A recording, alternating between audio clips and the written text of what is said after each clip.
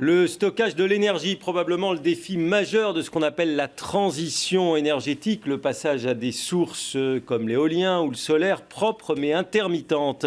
Pascal Mauberger, bonsoir. Bonsoir. Vous êtes le président du directoire de McPhy Energy. Alors c'est une start-up, comme on dit, française, prometteuse, qui s'apprête à entrer en bourse. Vous lancez le processus d'introduction en bourse aujourd'hui pour évidemment progresser et vous développer dans ce domaine. Vous êtes situé dans la Drôme, notamment pour vos sites de production. Vous avez été créé en 2008. C'est une entreprise qui est issue de la recherche, qui a mis au point un procédé pour stocker l'hydrogène sous forme solide. Vous nous l'expliquez pour les nuls ? En effet, alors parce qu'il est de plus en plus difficile d'exploiter les énergies renouvelables, McPhy fabrique des équipements qui permettent de valoriser ces énergies en s'appuyant sur sa technologie de stockage solide de l'hydrogène. Qu'est-ce que c'est, le stockage de l'hydrogène ? C'était une sorte d'éponge. Une éponge dans laquelle on vient combiner l'hydrogène avec des métaux, ce qui permet de capturer l'hydrogène lorsqu'elle est produite. Ça se passe à basse pression, c'est extrêmement dense. Pour vous donner un élément de comparaison, on a besoin de moins de 10 litres de volume pour stocker 1 kg d'hydrogène, qui à l'état naturel prendrait 11 000 litres, donc l'équivalent pratiquement de cette pièce. Donc vous voyez un peu l'état de densification dans lequel on arrive. Et le deuxième avantage, c'est que ça fonctionne à basse pression. Donc on est capable de brancher ces éponges avec des systèmes de production d'hydrogène par électrolyse de l'eau. Donc on prend de l'eau, H2O, et on extrait l'hydrogène avec de l'électricité. Et vous voyez qu'on va pouvoir faire le lien avec les énergies renouvelables, qui sont sur un vecteur électrique, les transformer en hydrogène, les stocker dans nos éponges et pouvoir valoriser ces énergies à un autre moment et sous une autre forme que simplement l'énergie électrique. En quoi c'est une innovation de rupture, comme on dit ? C'est quelque chose d'extrêmement innovant. L'hydrogène est quelque chose de très abondant, quelque chose qui est très utilisé depuis plus d'un siècle dans l'industrie comme une matière première. C'est quelque chose dont on est en train de valoriser de plus en plus le côté énergétique. Il y a 3 fois plus d'énergie dans 1 kilo d'hydrogène que dans 1 kilo de méthane, par exemple, ou 1 litre ou 1 kilo de gazole ou d'essence. Le gros problème de l'hydrogène, c'est que c'est aussi le gaz le plus léger dans l'univers, sur Terre.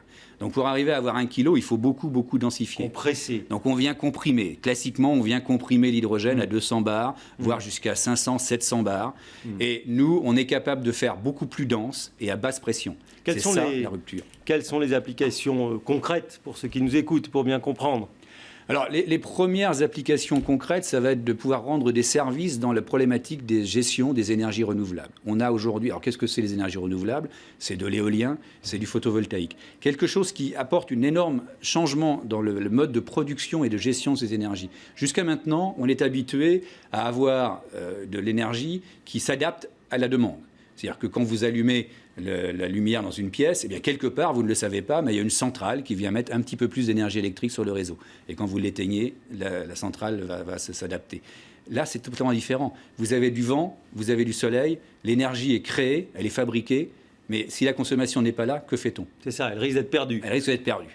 Et de plus en plus de ces énergies sont perdues. Vous avez des situations en Europe du Nord où on a parfois l'obligation de déconnecter ces éoliennes parce que le réseau électrique ne sont Donc plus là, capables l'idée de avec prendre. cette technologie, c'est qu'on va pouvoir récupérer quelque chose qu'on va utiliser plus tard. Ces énergies qui auraient été perdues, eh bien, on vient les transformer avec nos systèmes de production et de stockage d'hydrogène en un gaz, hydrogène, qu'on va pouvoir valoriser soit à travers les réseaux de gaz naturel. C'est ce que dans le jargon, on appelle le power to gas. On prend de la puissance vers le gaz. On peut aussi l'utiliser, et c'est une des applications importantes, en carburant pour faire fonctionner des véhicules hydrogène avec de l'hydrogène venant d'énergies renouvelables. Alors justement, la voiture à hydrogène, ça c'est une perspective là, qui s'approche ? Ce n'est même plus une perspective, c'est une réalité. C'est une réalité. Les véhicules à hydrogène sont maintenant disponibles commercialement. Les premiers qui sont disponibles, c'est les Hyundai en particulier, qui se sont commercialisés il y a quelques mois en Californie.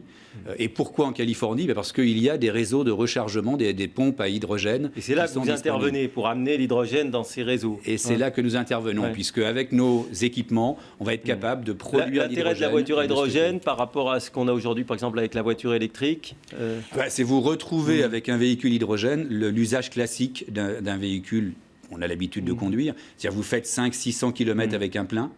vous êtes capable de recharger votre véhicule sur une station-service tout à fait classique en 3-4 minutes, paiement compris. Toute chose que vous ne saurez pas faire avec un véhicule électrique à batterie. Avec un coût raisonnable Écoutez, à Berlin, où nous sommes très présents, puisque nous avons une filiale de production à Berlin, on fait le plein sur 3 stations-service à hydrogène pour 50 €. Vous remplissez 5 kg d'hydrogène dans votre réservoir et vous faites 5 à 600 km. Mais alors, un des grands freins, entre guillemets, c'était le fait, on disait, c'est dangereux, comme le GPL, il risque d'y avoir des explosions. Alors, écoutez, je pense que l'hydrogène, d'abord, c'est une technologie qui est très maîtrisée. Tous ces véhicules qui sont aujourd'hui vendus et mis dans les mains du public passent tous les tests d'homologation, et je peux vous assurer qu'ils sont extrêmement sévères. Ces véhicules sont homologués, subissent les crash tests, subissent les tests au feu. Donc, et personnellement, je préférais être pris dans un feu dans un véhicule hydrogène que dans un véhicule à essence. Donc là-dessus, vous dites qu'on est maintenant rassuré. On peut être rassuré. On est rassuré. Alors, un mot, il nous reste peu de temps sur le pourquoi de cette introduction en bourse. Vous avez des investisseurs qui ont été des gens qui aident justement des entreprises comme vous à démarrer et à se développer. Aujourd'hui, vous allez vers le marché. Pourquoi ? Tout à fait. Nous avons financé cette société par du capital risque jusqu'à maintenant. Nous sommes à un tournant crucial dans cette société. C'est-à-dire qu'aujourd'hui, nous avons les produits. 80 personnes. 83 personnes exactement. Nous avons les produits, nous avons le marché. Le marché est à notre porte. Il faut être capable de l'animer. Donc déployer des forces commerciales sur les territoires pertinents. Être capable aussi d'équiper nos infrastructures industrielles pour produire les équipements dont on a besoin. C'est pour cela que l'on va effectivement lever de l'argent sur la bourse pour être capable d'accompagner le développement de cette société. Oui, ça fait partie des nouvelles filières industrielles que veut promouvoir l'État, le gouvernement. D'ailleurs, BPI France est actionnaire qui est la Banque publique d'investissement. BPI France est entré au capital de McPhy en décembre 2012 lors d'un dernier tour de financement privé et il nous accompagne. Et ce que je veux noter aussi, c'est que cette introduction en bourse n'est pas une solution de sortie pour nos investisseurs. Non seulement ils ne sortent pas, mais ils ont décidé d'accompagner le développement de la société et de participer à cette augmentation de capital et à cette introduction. Vous espérez lever un peu plus de 20 millions d'euros ? Nous espérons lever entre 20 et 25 millions d'euros et peut-être plus en fonction de la réponse du marché. C'est pas un investissement risqué ?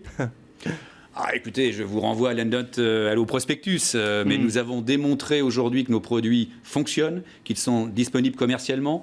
Nous allons livrer à Berlin, dans la 4e station-service qui s'installe à Berlin, un système de production d'hydrogène qui vient de McPhy Allemagne et un système de stockage qui vient de McPhy France. Merci beaucoup Pascal Mauberger. C'est en tout cas une filière d'avenir pour l'industrie française. Vous êtes le président du directoire de McPhy Énergie, invité de l'Écho sur LCI.